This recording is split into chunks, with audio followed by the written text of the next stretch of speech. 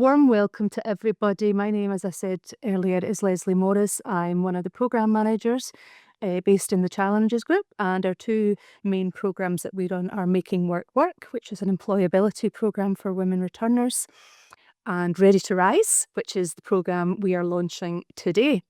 I'm joined by my colleagues Anya and Freya, and the three of us coordinate all the programmes, deliver the training and support participants throughout the process. So if you do join a training, you will be seeing a lot of us. I'm also delighted to be joined by Zakia, Amy and Ilana, who have very kindly agreed to give up their time this morning to share a little bit about their social entrepreneurship journeys.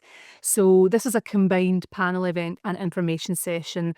Our lovely ladies will tell you their stories. There'll be the chance to ask questions, and after that, I will just take you through very quickly the detail of the programme and let you know how you can apply to join us if you think you would like to do that. So without further ado, I'm going to hand over to my panel. Would one of you like to volunteer to go first? That's the tricky part. I don't there. Yeah. Whatever. Or maybe you choose. If not all of us, like if the three of us are happy. Okay. We'll Zakia, you're first on my screen, so I'll nominate you then if that's okay. Yes, thank you. And you can hear me and see me okay? Can you? Yes, perfect. Please wave or scream or do something if that stops at any point, because I'm always quite paranoid about that. It's lovely to be with you this morning. My name is Zakia. I am based in Edinburgh, but you may or may not recognize from my accent, I am not from Edinburgh. I'm from France, from the south of France. And so moved to Scotland 18 years ago now. So I will nearly get to that point where I will have spent more time in Scotland than in France in a couple of years' time. So that will be very exciting. So my career and my journey professionally has definitely not been a straightforward one. And I think that stems from the fact that I never really had a clue about what I really wanted to do as a job. So I trained to become a teacher, which was very helpful in terms of languages. And I was a French teacher. And so English and French as a foreign language, which is what brought me to Scotland. So I'll forever be thankful for that. But my kind of path has always been determined by chance encounters and people I met along the way who said, oh, I heard about this job or that job, or what are you doing currently? So kind of being influenced by all of that. So before setting up my social enterprise, which is called Invisible Cities and is based out not only in Edinburgh now, but through the UK, I had different hats. So I had different careers as a teacher, like I said, but also as an event planner. And I absolutely loved working in events. I worked in international events for 6 years. Again, completely by chance, and languages brought me into events. And I worked in a lot of sports organizations. For somebody who is not sporty, this is the most ironical thing, but and a lot of beauty brands and kind of corporate events. So where you think about maybe a product activation, somebody's launching something new, think about a campaign by a stadium, that kind of thing. So I love watching the World Cup, and France is doing quite well after their first game. But simply for the kind of organizing side of things, it brings back a lot of memories of organizing big scale events. And that kind of path led me to an organization called the Hummus World Cup, which you may or may not have heard of. They're also based in Edinburgh, and they use football as a vehicle for social change. So working with people who have experienced homelessness, to use football and sports in general to better their lives or achieve goals or kind of get out of whatever situation they're in. And they work in partnership with over 70 countries around the world, and every year organize a World Cup. So when I say like watching the FIFA World Cup brings me a lot of joy, it's because we would organize our own very World Cup every year and like the FIFA one, would change country to country and would have 52 teams representing their country. The difference being that they're not professional athletes, but they're people who are having social challenges back home. And so for me, like, I learned about events, I learned about fast-paced kind of environments, and I traveled all around the world, and I really found a passion for travel and for connecting with people while traveling.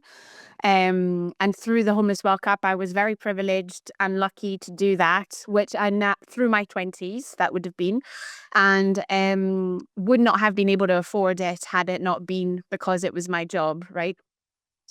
Now then in 2014, I had to stop traveling. I had to stop working altogether, because I was diagnosed with bowel cancer when I was 26, which is quite unusual, but also meant that I had to just, take a breath and focus on my health for the good part of 2 years.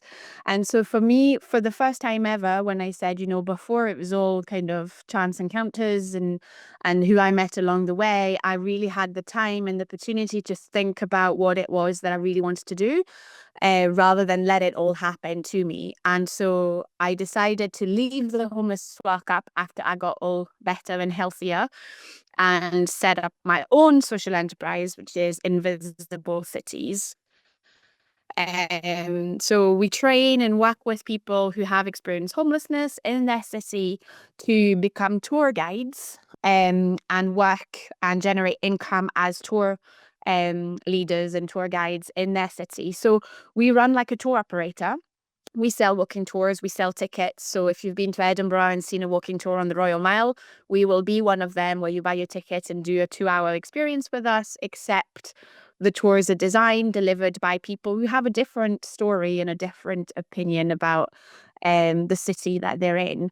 And so I managed somehow to combine travel and tourism with social impact and social perspective, which is really great. And in 2026, so this year, we're celebrating 10 years of Invisible Cities. So it's a big one for us. It's a big one for me because it's a big achievement, starting from, taking a moment to stop and think, into launching something. Thank you.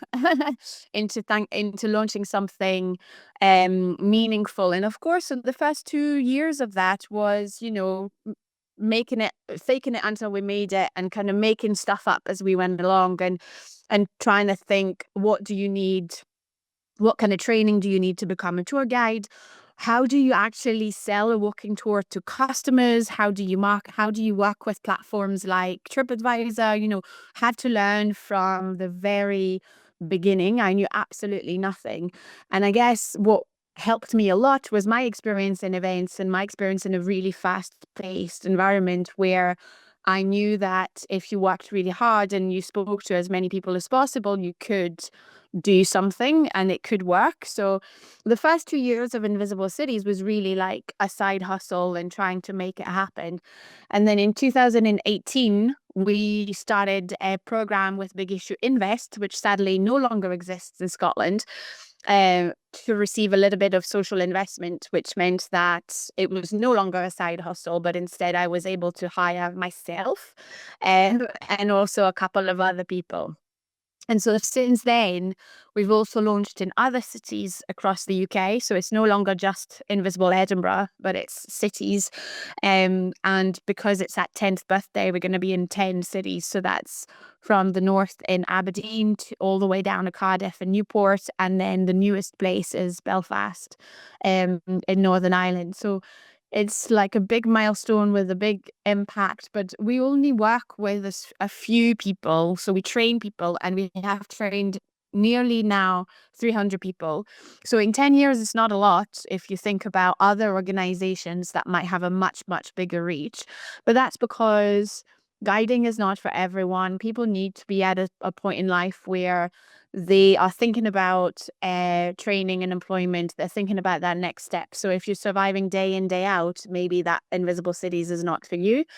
And then we just kind of employ them and then support people to also access other opportunities in work, in education, in reuniting with families and friends. So it's just beyond the tours. It's also about the well-being and the support of everyone that we can have. And so we end up with a lot of people who fall through the cracks and just find a family and a sense of belonging with us. So somehow it's quite similar to what Homeless World Cup would do through football, where people would find a sense of belonging in a team and teammates, and then for us is with guides and in a professional setting. So we have a lot of things planned. So we work equally in travel and tourism, which is really important to me, and um support and kind of homelessness. So we are, a professional, good quality tour. And when we set up social enterprises, I think that sometimes the balance between the two, your impact and what you sell, can be really difficult to achieve. So for me, it's important to work with people like Lonely Planet, to work with people like National Geographic, to be recognized in mainstream kind of names or media, whatever that is, and also work locally with people and run training and be very grassroots. So it's like trying to find that balance. Forever. And then last year, we started working with another foundation called the Royal Foundation. And as per its name, it's run by Prince William and his lovely wife, Catherine. So together they look at different themes in the country, sorry, and support by mostly raising awareness and giving their image and time and kind of faces to these issues. So we were really, really lucky to have Prince William be the first public guest ever on our Aberdeen tour when we launched in March last year. He did a private tour for about half an hour, and then he met all our partners, all our guides and our trainees and our team and our sponsors and potential sponsors. So it was quite funny because to me it was a kind of full circle moment where you can imagine working with somebody whose profile is so high. It was like going back into events life, and organizing things, in chunks of 10 minutes, and knowing at every one time where everyone was, and dealing with the photographer there and the guide there who was having a meltdown, and a team member or whatever else. So, and at the end of the day, somebody in his team said, "You guys are really capable. You're really good." And I was like, "Yeah, we are very good," because of all that experience of a lot of people in my team now. I've got 6 other people working with me, only women. Not by design, but a lot of them come also from the world of either travel or events. And I think it's kind of 2 sectors where if you're good and you graft and you can carry a box, you can do very, very well. So I think that's, where we're at. And it's a special moment celebrating 10 years of something that I created. But also, all of that stems from an experience of 15, 18 years of being in Scotland and working and doing different things. What's really supported me through the journey is the network and relationships created with other women, with other people, with other social entrepreneurs, and connections, whether they are in my sector or not. In those 2 years where Invisible Cities was a side hustle, what I did was talk to a lot of people and sometimes just say, "What do you think about the idea?"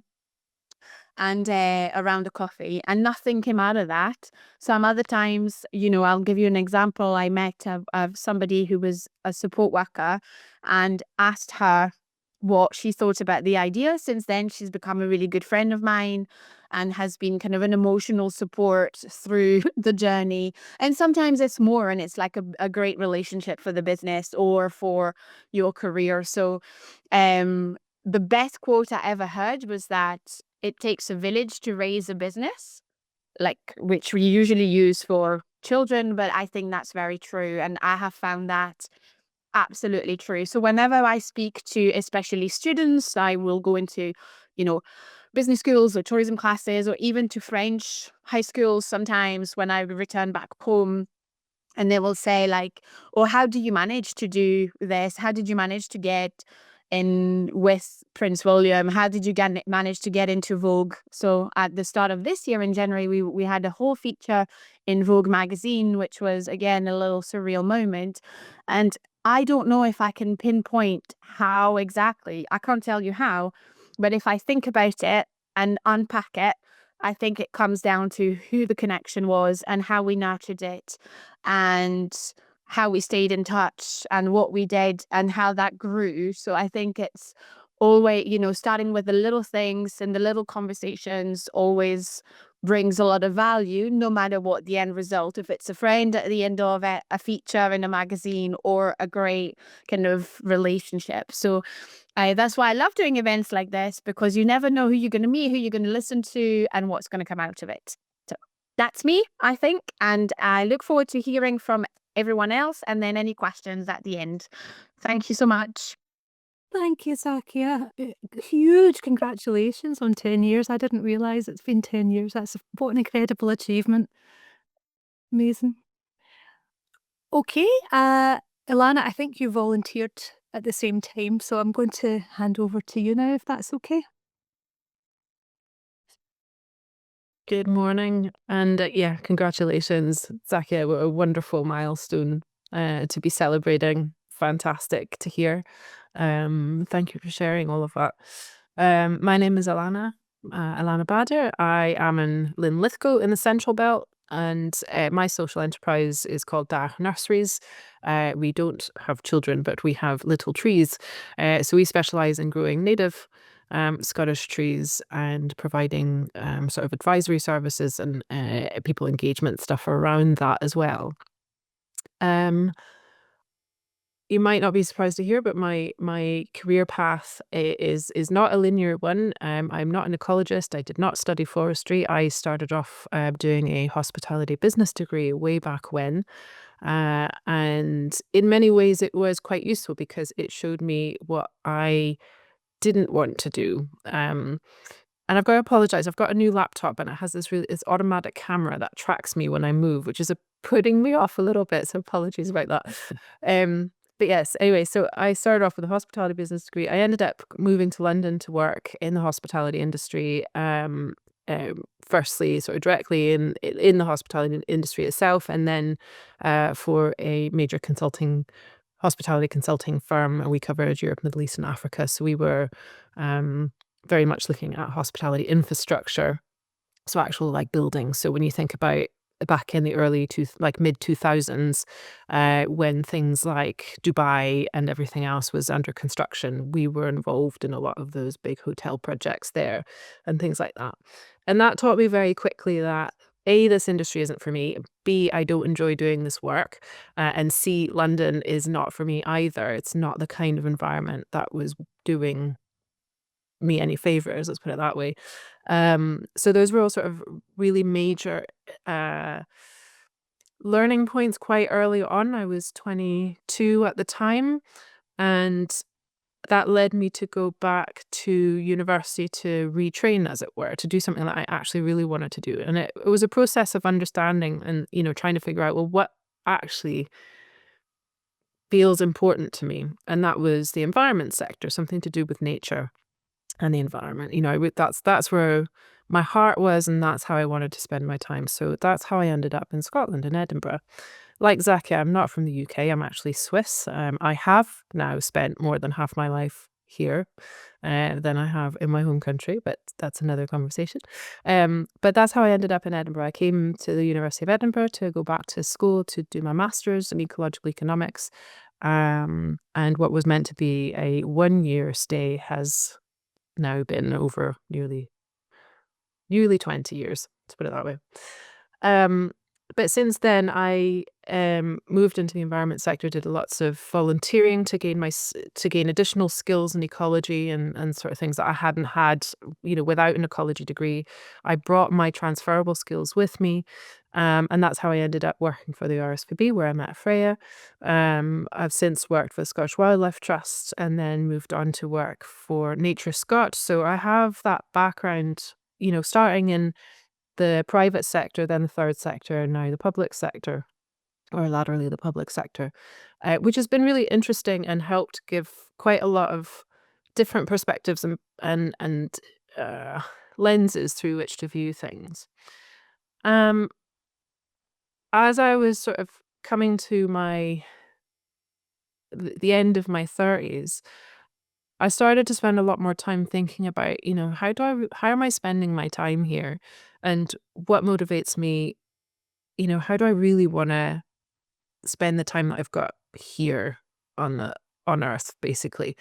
Um, and through that, it was sort of married with the experiences that I was having at work with. I was working with a lot of urban green infrastructure projects, particularly in deprived areas. We were doing some great projects. Um, but there were some things that were bothering me about that. Specifically, the projects that we were supporting were planting a lot of big trees, what we call standards.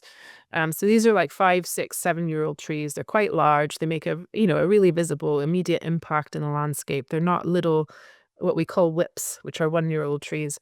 But nobody in Scotland really grows them, and they get imported usually from Holland, Denmark, Italy, France. And I just thought that was nuts. I thought, why are we doing this? Ecologically, we're importing genetic material from somewhere else. It's a major biosecurity risk. This is how we have most of our major tree diseases. They've been imported. The emissions of transport are just stupid. So there's a part of me that was going, well, I'll do something about this. And concurrently, I was sort of, through lockdown, had an allotment of my own for the first time. I'm a terrible veg grower, but the thing that I loved most were all the volunteer trees that ended up sowing themselves. So I would dig them out and rescue them and bring them to my garden. So I've had a big collection of trees sort of in my garden. And all these things came together with a few other things. And I made the decision in September 2021 to start my little tree nursery. So we are going to be celebrating our 5-year anniversary in September this year, which is also a huge milestone. And it was really clear for me from the very beginning that I wanted people to be part of this journey. I mean, I could grow Christmas trees and make a fortune, but I don't want to do that. I don't want to grow Christmas trees, and I don't, no. It's just that the whole vibe of that is just not me. I want to be growing native trees, restoring our native woodlands, doing something useful, and I want people to be involved in that process as much as possible, because I understand how important it is that we do have that hands-on connection with nature, and we understand how it works, and we are tuned into the seasons. It is extremely important for our well-being and for our future, frankly. So from the beginning, I knew that had to happen. So we set up as a social enterprise to start with. Now, I didn't set up as a community interest company. I've set it up as a company limited by guarantee, but we had our social enterprise clauses in our articles of association. So the whole bit about asset locks and profit reinvestment. So we operate legitimately as a social enterprise. But I was building in some flexibility to know, like, however the organization and the business developed, that I had some flexibility if I needed to make some adjustments, because once we come and kick, it can be quite tricky to unkick if you need to. So I just left that door open. And actually what we're doing now is we've applied for charitable status to sit on top of that limited company structure. So we still operate as a social enterprise, but we'll have that charity layer on top as well. And by virtue of what we do and how we work, that still fits very well. We're not changing who we are for that. So anyway, we're 5 years in now. So I spent the first year just sort of on a very small scale, largely teaching myself, because again, I don't have a forestry background. No one taught me how to grow trees. I had to learn it. And they all have different requirements and different timescales and different needs. And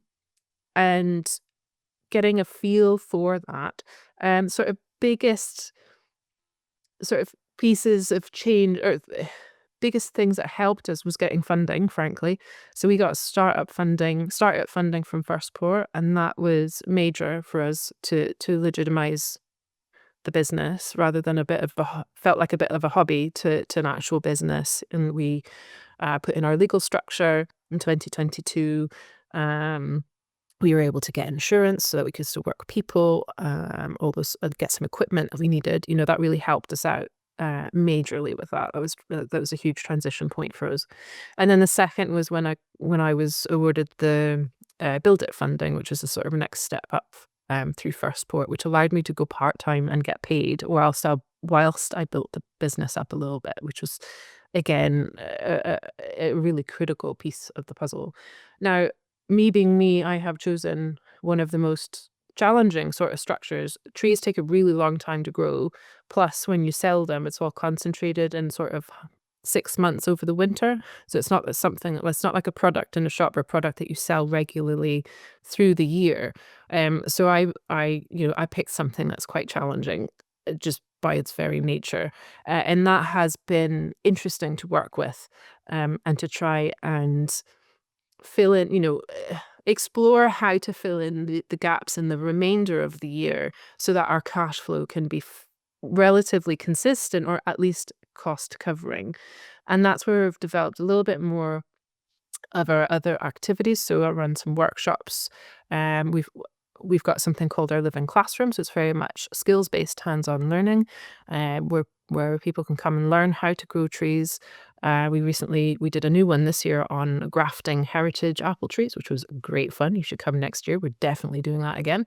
And I'm planning a 1-year training course, is once a month, sort of sessions through the entirety of the tree growing cycle and season. And because it is a very seasonal, very cyclical piece of work, which is part of the absolute joy of it. We're now at a point where we have to find a new site to expand. We're physically at capacity. I literally can't fit any more trees in. So I'm in the process of that. And this is one of the major challenge and transition points coming for us, because it means being really clear about where we're going, what our vision is, why we're doing it, why it's important, and communicating that clearly to others. And that, to me, that's a major challenge to me, because it's making me step out of my comfort zone and ask for help and ask for support, those are not things that I do easily or well yet. I'm working on it. But this is very much a sort of major challenge point for me at the moment. And actually, that's been throughout this entire experience of setting up the social enterprise and running it and growing it, the biggest challenges haven't been that necessarily. The biggest challenges have been to do with my mindset and how I think about things and think about what I'm capable of, and what the kind of success I deserve or whatever to have, those sorts of things. Those have been the biggest challenges for me in overcoming those limiting beliefs some of which I really strongly held, and wasn't necessarily aware of. The rest of the stuff you can learn. That there's loads of information out there about, how to, um, you know, get a board together, and how to run a board, and how to do all these different elements around running a business. There's so many resources out there, but only you can do the work on dismantling your own limiting beliefs. So that's a little bit harder. No one's going to help you do that for you. You kind of really have to do that yourself. Yeah, so it's been a hell of a ride, let's put it that way. We've certainly had challenges, and we've got another major challenge at the moment, which we're, working really hard to overcome and find solutions to, and to keep going in the great unknown of it all as well. But I think that's probably it from me. I'll stop there and pass back to Leslie, if that's all right. But happy to take questions afterwards, and if anyone wants to come visit, you'd be very welcome to. Thank you so much, Alana, and huge congratulations to you too. Thank you. Lovely to meet everybody, and so nice to hear Zakira and Alana's stories. There's so much in there that I'm like, oh, that sounds so familiar. And really well done to have achieved everything that you have. So my background is similar in some ways, a little bit different, I guess, to Zakira and Alana. I'm actually not from Scotland either, so I have now lived here for more than half of my life, so that I could now say that I am Scottish. So I was born in Bermuda. My parents travelled quite a lot, and they ended up living in Bermuda for quite a long time. And that's probably where my kind of story starts, if I think back to it, because that's where I was born and still lived there for a few years, and then came back to England, then moved to Scotland. But I am the chief executive, co-founder of Fair Trade Electives, which is a social enterprise, which is quite a baby, really, compared to the other two. We've only been established for 18 months, but the organisation has grown quite a lot in that time. So we've had some learning. Oh, Catherine's saying the audio is quite muffled. Is it? It's a wee bit fuzzy, Amy. Can you hear better if I go closer? Yes. Bigger. So hopefully Lucy thinks she can't really hear. Is that better?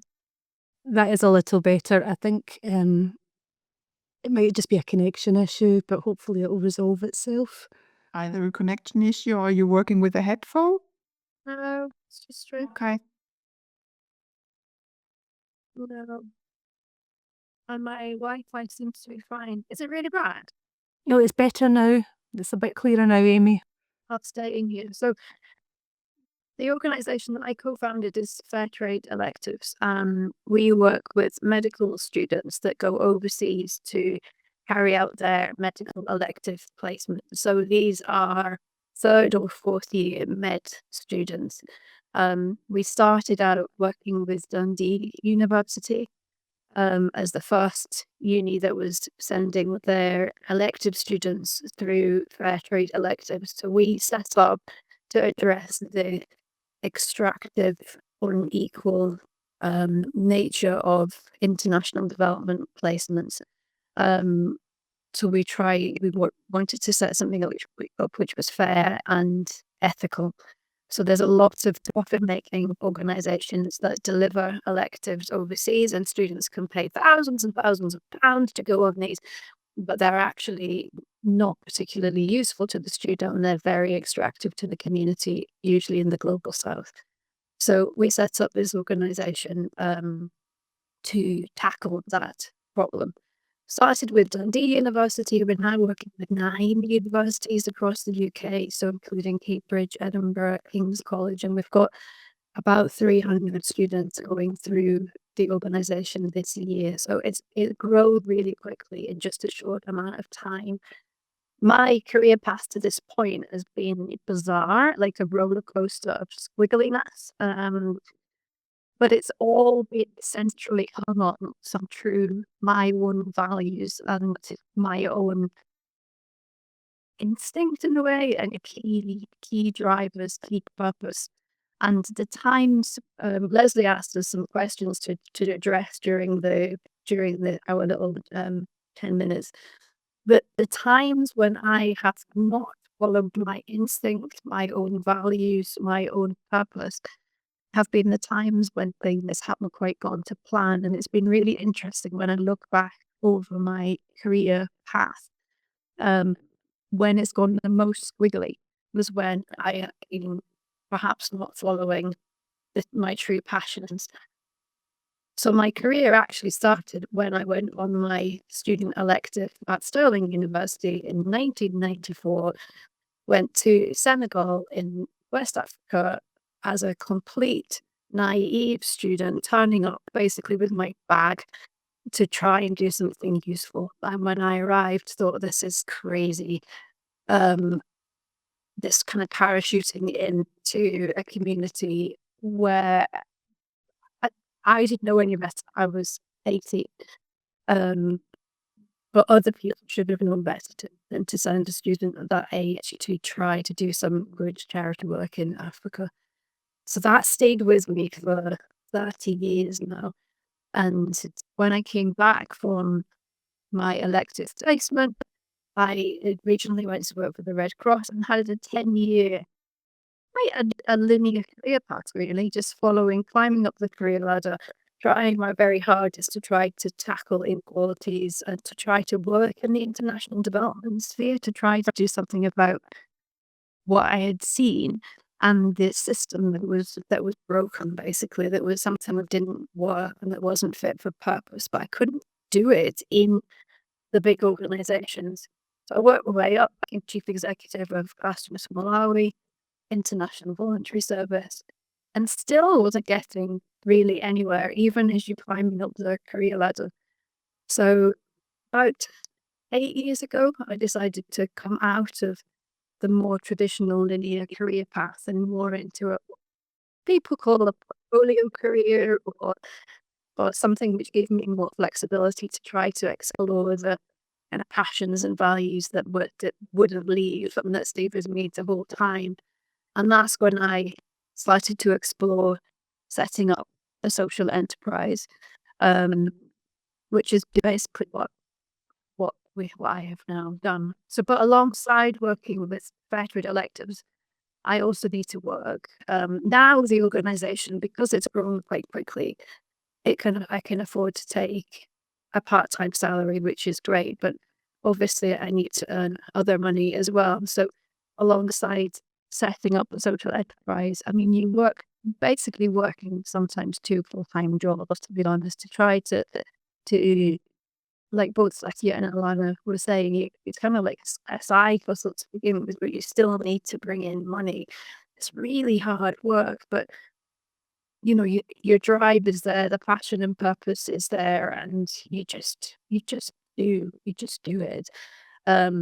One of the key drivers for me has always been flexibility, freedom, and to be able to be around to support my kids. And we're all, I don't know, essentially everybody on the call is part of this sort of sandwich generation where you have the trying to support your young people around you, and then obviously having caring responsibilities as well, and having that flexibility and freedom in a role is really important to me. So these are things that I've clung on to when it's become challenging and quite hard, and times have got tough. Then you just think, no, this is right. This is the right thing because I have that flexibility to follow my own passion, but also to be around for other people as well. So I think my main advice really for anybody wanting to set up a social business, it's not necessarily waking up one morning and thinking, oh, I'm going to start a social enterprise today. It's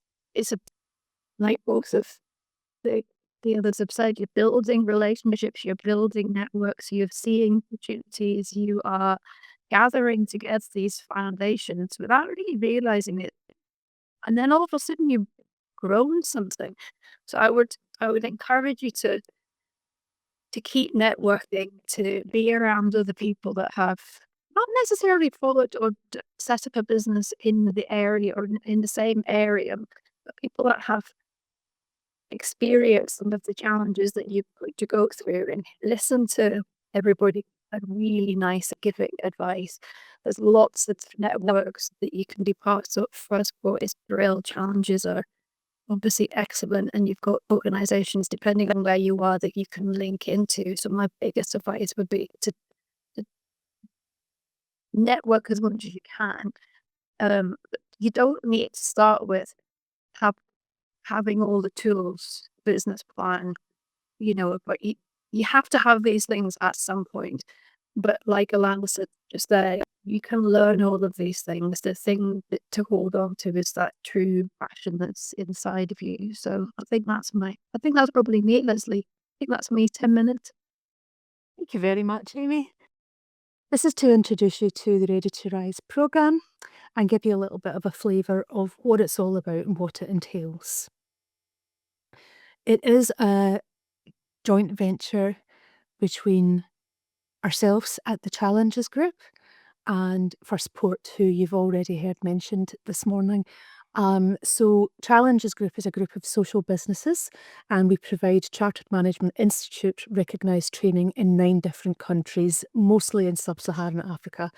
We deliver the award-winning Making Work Employability programme to women in Scotland, and this will be the 3rd time we have run Ready to Rise in partnership with First Port.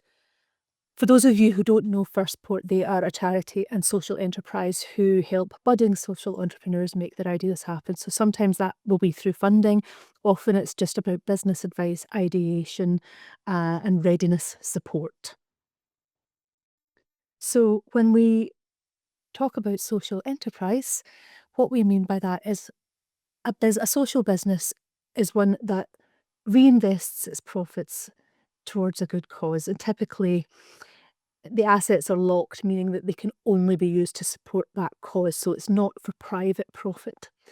Some charities will operate like social enterprises, and some businesses will operate with a charitable objective. So there's different structures that you can follow if you are looking to actually set up a social business or a social enterprise. And this program is about helping you get your idea clear, and the structure that you choose comes later. So in that context, what is Ready to Rise? Ready to Rise, the rise in Ready to Rise stands for Readiness and Incubation for the Social Economy. And the program's aimed at women who are potential social entrepreneurs. And some of you will have a clear idea. Some of you might not have ever even considered entrepreneurship as a means to work, earn an income, work flexibly, and so on. But introducing more women to the social enterprise model can really help widen participation in entrepreneurship across the piece. And we want to help you do that in a way that fits your needs and your values. So our job here on this program is to support women to build their confidence, build the networks, because as many of you have acknowledged this morning, actually going it alone can be pretty scary. We'll also work with you to identify your work-life blend. And what we mean by that is looking at where your business, your work can fit into your life and all your other responsibilities and passions and hobbies and enjoyments as well. And really ascertain what amount of time and energy you've got to give. We will work with you to dust off your existing skill set, including managing yourself and others, and maybe even identify a potential business idea. But as I say, you don't need a clear idea to be part of the program. We will give you guidance to practical support and the potential to apply for financial support through Firstport to test the idea. So there is some money up for grabs in the context of a seed fund that will be available to a certain number of participants. And if it's not appropriate, a lot of the people who have come through this program have gone on to establish a social enterprise, but some women have said, not for me, or not for me right now. So if that's the case, we will help you understand employment opportunities, volunteer opportunities, or education, which is available to you, and help signpost you to your next step, regardless. So what can you expect from us? So we take a holistic approach. We deliver training online, but it's very interactive, so that you can really be part of the process, be part of the journey.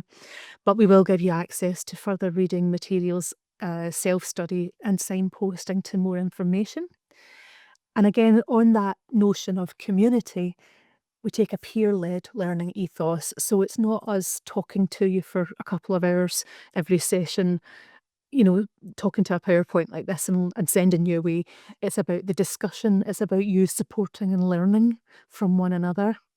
And effectively, we find in our cohorts, you come out with a bit of a cheerleading squad at the end of it, which is great. We're completely sector agnostic, so we're not interested in only supporting a certain type of social idea. Your area of interest, your passion can be anything. We will do our best to help you build your networks and signpost you to additional support. And if we can make introductions for you, we will do that. We essentially are a social business also, so we're very much values-led and purpose-driven. And our job is not to help women find any job or set up any business. We actually want women to end up in the place where they are fulfilled and actually doing something they care about.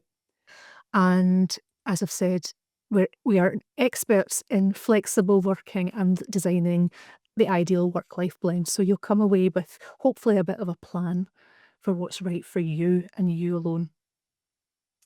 So The training itself comprises of obviously introducing your team around you, your cohort, looking at your work-life blend.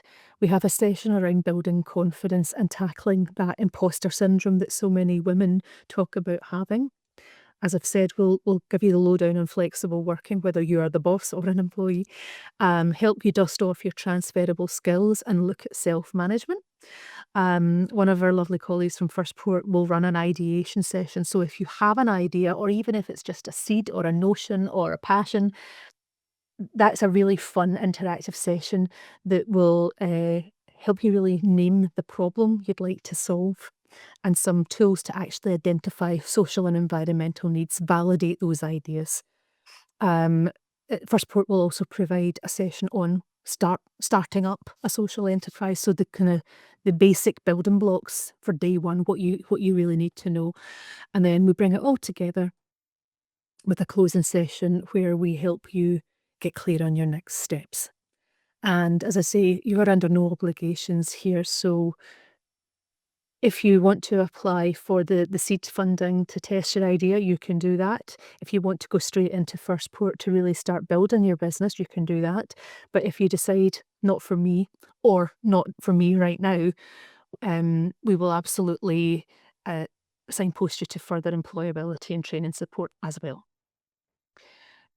So we have 3 cohorts planned for between now and the end of March. Our first cohort will run on a Wednesday morning, so around about 2.5 hours of live training online, starting in September and running till mid-October. So 8 weeks, once a week, but we're here to support you outside of the training as well. Second cohort will start in late October for 8 weeks as well, just to take us up to the end of the year. And we have a third cohort which will run early in 2027. So from an eligibility perspective, it's fairly straightforward. To be eligible to join the programme, you need to be a woman or non-binary person who lives in Scotland and be interested in exploring the possibility of setting up a social business. And just to be clear again, you do not need to have a proposal or an idea to take part. But if you are established as a social business or a kick already, we would say then this is not for you. This is for people who are at the step before. And we are aiming to support up to 20 women as part of the programme, so in each cohort. So there are up to 20 spaces in each cohort. And can I just say, is that Alana I'm looking at on my screen? I can't see the chat. Yes, it is. I just realised when I was talking to it. How wonderful. I didn't know that when I was putting these slides together. So there you go. All of the images in this slide are actually women who have worked with First Port and actually gone on to set up their social business. So there you go. Proof positive. So in terms of the questions that are most commonly asked, can you join the training even though you're in employment? Absolutely, as long as you can attend the sessions. Is there a cost? Absolutely not. There is no programme fee for participant. It's fully funded and free to you. We sometimes get asked if they can people can catch up on sessions in their own time, but we don't record the sessions because we want to create a safe, confidential space. So we say that live attendance is mandatory, and actually it's always better to attend live because then you can make the most of the peer support and the discussions that come out on the back of that. The time commitment would be around 2.5 to 3 hours per week for training. Beyond that time commitment, you might want to set aside a couple of hours to work on your idea, dive into the training materials and the further resources we provide, but it's really about what you can afford to give to it. In terms of one-to-one support, we've been asked about that before. This is predominantly a group training programme, but if you do decide to take your idea forward, you will be able to access one-to-one support from our our partners, including First Port. Equally, if you decide not to pursue starting up, we can signpost you to one-to-one employment support. If you're not sure if you have what it takes, absolutely this programme will help you decide. We will offer training and tools to help you come to the decision that's right for you. If you have a clear idea and are ready to actually set the business up, as I've said, we are targeting ourselves at women who are exploring social enterprise, so at the pre-startup stage. We can help you clarify your ideas and make the decision whether to go ahead with it or not. But if you already have a clear idea and are in the process of setting it up and you're ready to go, we would signpost you to First Port rather than this training, because this really is about the step before. Is this the right thing for me? Can I do it? What do I need to know? But there are full, more detailed Q&As at our website. And if there's anything that's not covered here or on the website, please do get in touch and we will do our best to answer that. So the applications are now open. I'll also send the link in a follow-up. So you have it after today, but the QR code will take you to applications. As I've said, we will aim to support up to 20 women. So if you, per cohort that is, so if you are keen, please apply as soon as you can. We will keep applications open until we feel spaces are full up, but they are limited. Depending on numbers, we will roll applications over to the next cohort or indeed open a waiting list. So there are 3 opportunities to join us. Once applications are received, we will review them and reach out to you to confirm your suitability for the group training programme and understand any additional support needs you might have to take part in the training. And in the event that we are in fact oversubscribed, we will do our best to select participants based on a number of different criteria, which might include aspirations, commitment to the programme and diversity of background and ideas. But we want to help as many people as we possibly can.